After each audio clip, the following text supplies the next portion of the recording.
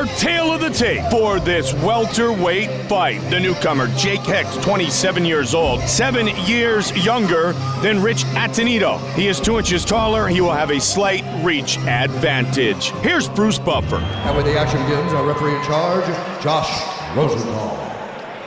Josh Rosenthal, the referee for this welterweight matchup. Second fight at 170 for Rich Attonito. UFC debut for Jake Hecht. Ready? Let's fight. And here we go. Black trunks for Attonito, blue and white trunks. Nice kick. Very nice by Jake Hecht right off the bat. And if he said that he had found some holes in Rich Attonito's game, coming out with that leg kick may very well be what he had in mind. That he thinks he can stay on the outside and attack the legs. Attonito has a very boxing-centered attacking style. And he's very heavy on that front leg, too, which makes it extremely difficult to check kicks. Very good point. And he's forcing Attonito to throw some kicks here, too. Yeah, Attonito likes to wade in and blast.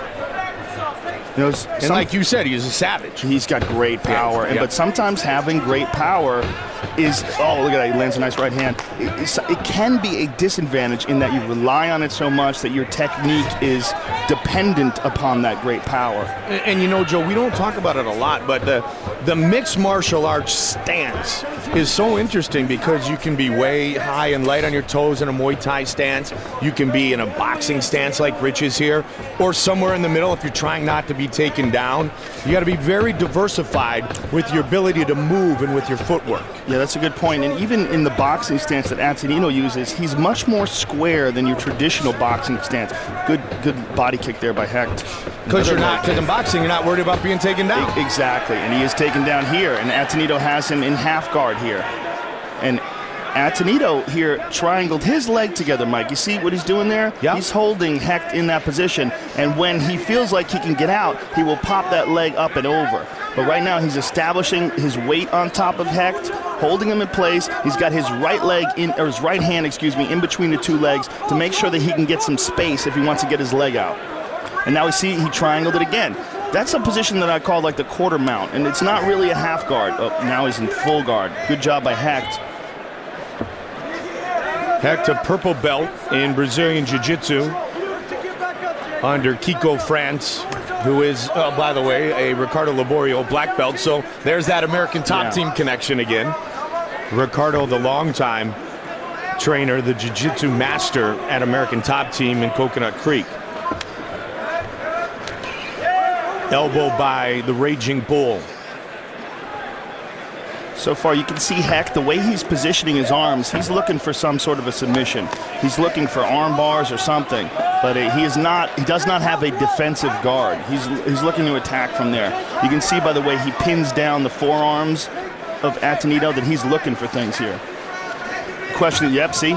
He's moving his hips up. He's just looking for openings. Attonito, though, very well trained and very, very good at defense, especially from the top position. And his welterweight debut, his last fight, Joe, in Pittsburgh against Daniel Roberts, who arguably was his best performance in the octagon. And by the way, Roberts, who is an excellent submission specialist. Roberts has some really brilliant chokes and some great wrestling as well to go with that.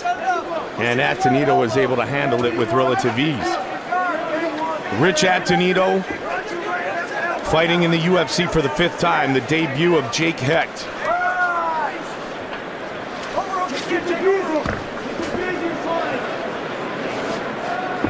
Good control of the posture, right as I say that. Rich sneaks free and gets a right hand in, but good control of the posture of Rich Attonito from the guard of Hecht. Hecht keeps twisting left and right, Mike, looking for things, but Attonito doesn't even let him get it off. Every time he even thinks about doing something, Antonito's punching him in the face. And that is what disrupts the guard better than anything. Punches to the face. Carlson Gracie always used to say, give me a black belt, punch him in the face, he becomes a brown belt. Punch him in the face again, he becomes a purple belt. And it's so true. Nothing disrupts jiu-jitsu more than that. And then he tried again, but he got too over-aggressive in his attempt, and now he finds himself in side control. Well, that's weird, and Attonito jumped right back into half guard. But see how he does that, Mike, with his triangling his leg? He's doing that to hold that position. A lot of guys like that for ground and pound. It's one of Randy Couture's favorite positions. He likes to be in a half guard position on top because he feels like he can put his weight on the guy's leg and control him a bit better there. And good ground and pound here late in the round by Rich Attonito. Nice shot to the body, body head. Good body shots. And this is all very taxing on Hecht here. This is going to wear him out. Attonito on top of him, carrying his weight, and Attonito continually punching him in the body, into the head there. You know, these are the type of punches that tire you out. Final seconds of round number 1. And it's a struggle for Hecht even just to stay, to stay safe here.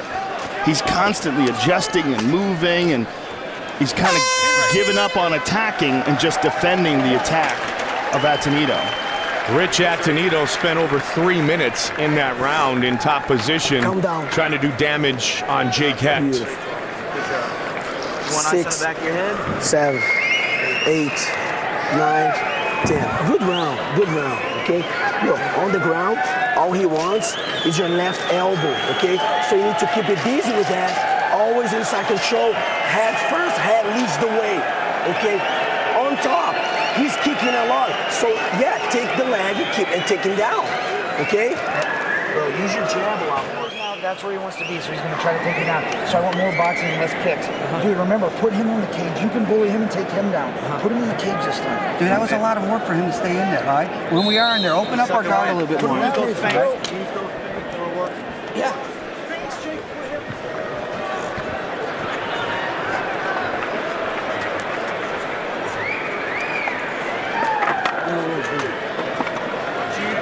Gentlemen, fight. Round 2. Good left hook by Hecht, and Attonito responded with a right hand. And Hecht, as you remember, in round 1, started out very confident, had a couple of strong kicks on Rich Attonito before the fight went to the ground. Stopped nicely, and trying to make him pay in the process is Attonito. Nice knee. Very good knee and good takedown defense so far by Hecht. His corner was giving him advice to lay off the kicks and to try to concentrate much more on punches to avoid getting taken down. Because it seemed, to me at least, that Attonito was in no danger of losing that top position once he established it. And he's looking to get there again. He's working hard for this takedown. Good solid elbows by Hecht. Oh, he's hurt. He's hurt. Those elbows hurt him. Yep, and now he's Attonito's in trouble. Jake Hecht all over him. Josh Rosenthal right on top of the action. Hecht trying to finish this fight. Wow. And it is all over. What a crazy stoppage. Jake Hecht, victorious in his UFC debut. And he's bleeding badly, Mike, out of the back of his head from those elbows. Rich was working very diligently for the takedown. Hecht ended up on top and finished the fight. Let's take a look at that elbow. And see, Rich is on his knees here. And there's one. And there's two. And that one really hurt him. You see his legs give out? Yep. And he just folds here. Boy, Hecht must have some serious power behind that elbow. Well, you see the blood pouring out of the side of his head. In the legal spot, as I was saying, the back of the head, I meant, as he was lying back, but it was not an illegal blow whatsoever. But man, what power. Well, it was highly effective, and it leads Jake Hecht to the first win of his UFC career with the official decision. Here is Bruce Buffer. Ladies and gentlemen, referee Josh Rosenthal has called a stop to this contest at 1 minute, 10 seconds of round number 2. Declaring the winner by TKO, Jake Hitman Hecht.